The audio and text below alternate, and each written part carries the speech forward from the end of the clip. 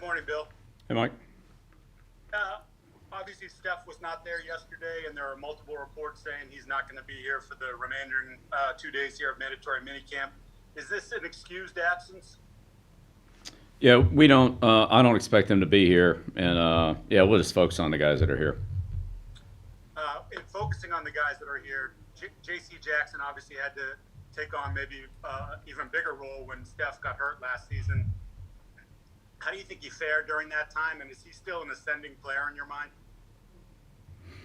Yeah, well, every year is a new year for all of us, so it doesn't really matter what did or didn't happen last year. We're all, working on building a good foundation this year, and trying to have our best performance in the 2021 season. So I know that's JC's, that's his goal, and that's all of our goals. So we'll see how it goes. Thank you.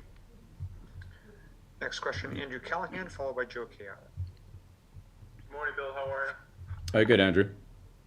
So I wanted to ask about Jonnu Smith. We saw him pull up a little bit lame yesterday in practice. I'm wondering if you expect him to practice here today. Yeah, we'll see how it goes. Like a lot of guys, we take a look at them before practice or in the early part of practice, and see how they're doing. So yeah, we probably have 6 to 10 guys that fall somewhere in that category. Let's take it day by day. And among the other 4 guys who were absent yesterday, do you expect any of them to return? Byron, Chase, Therese, and I know I'm missing one there. Yeah, again, everybody's kind of in the same boat there. Yeah, a couple of those guys I don't think we'll see, but anybody that's look, all the players want to get out there and participate, so if they can, they will. If they can't, then we'll do what we can do with them and get them out there when we can. Some guys may take part in certain portions of practice, but not in other portions, so it's really on a case-by-case. Those are case-by-case decisions that are made by the medical department, and I would say as we go through getting ready for practice, the warming up part of practice, and some of the early periods in practice to determine how it's going to go later on. So it's very fluid. Next question, Joe Chiara, followed by Mike Reese. Morning, Bill. How are you? Good, Joe. How's it going? Good. Cam, having this, off season under his belt, how much progression have you seen from last year not having it, and then having just these last 3 OTAs and now this minicamp?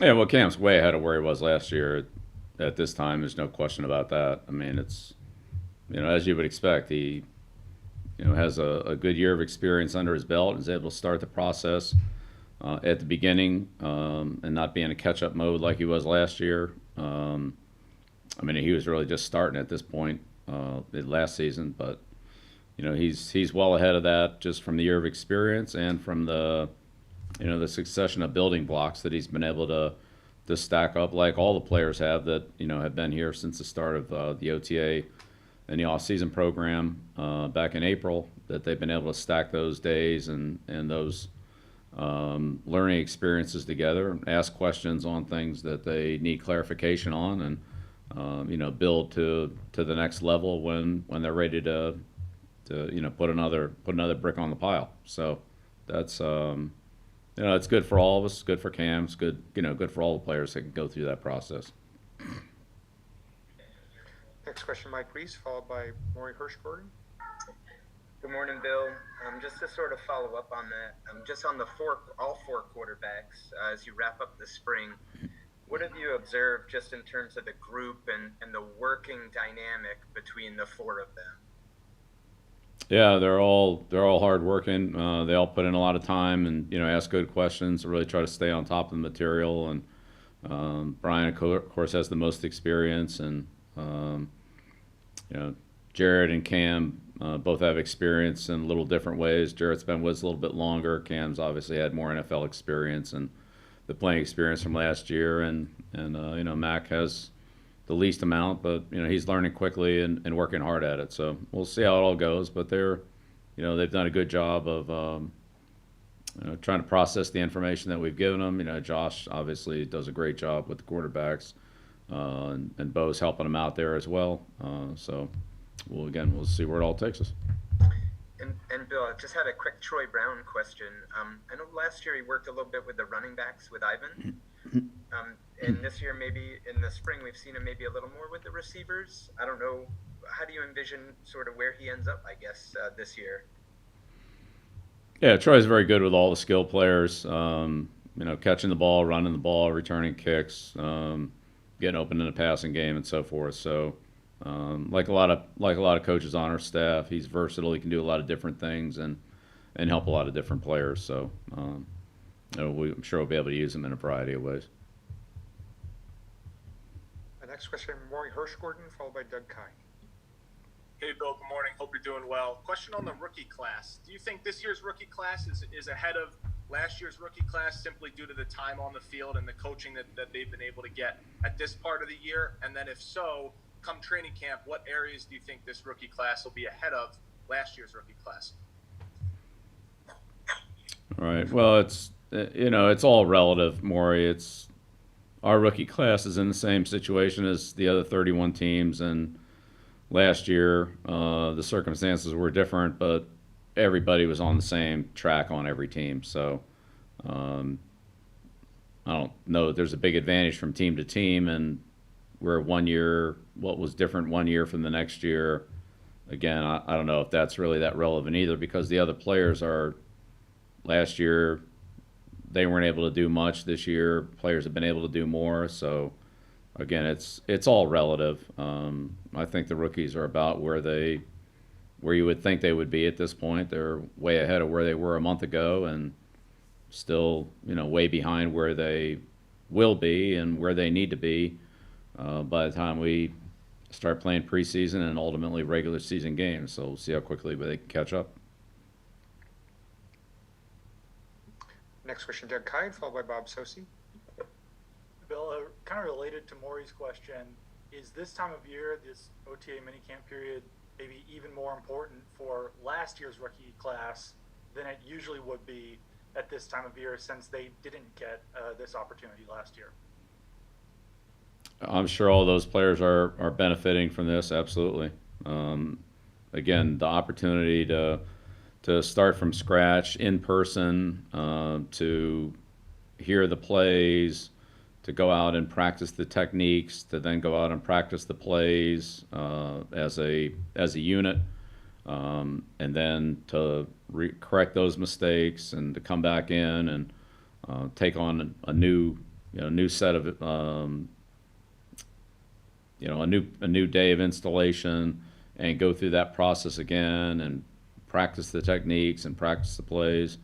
Yeah, that's a great learning sequence for any player, but as you mentioned, the ones last year didn't really get to learn it that way. They just had to get it all thrown at them in virtual meetings, and then go to training camp and at a very accelerated rate try to put all those things into place. And this is a much better teaching progression for anyone, for the rookies, and as you said, for the guys who didn't get to do it that way last year.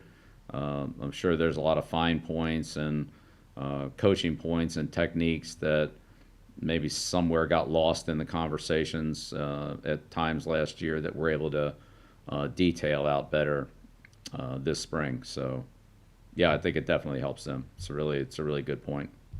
And then just real quick, there was 2 tryout players at practice yesterday. Are either one of those guys signing? They're still in the tryout status for right now. Looks like 2 final questions will be Bob Sosi and Mike Reese. All right, thanks, Stacy. Good morning, Bill. Hey, Bob.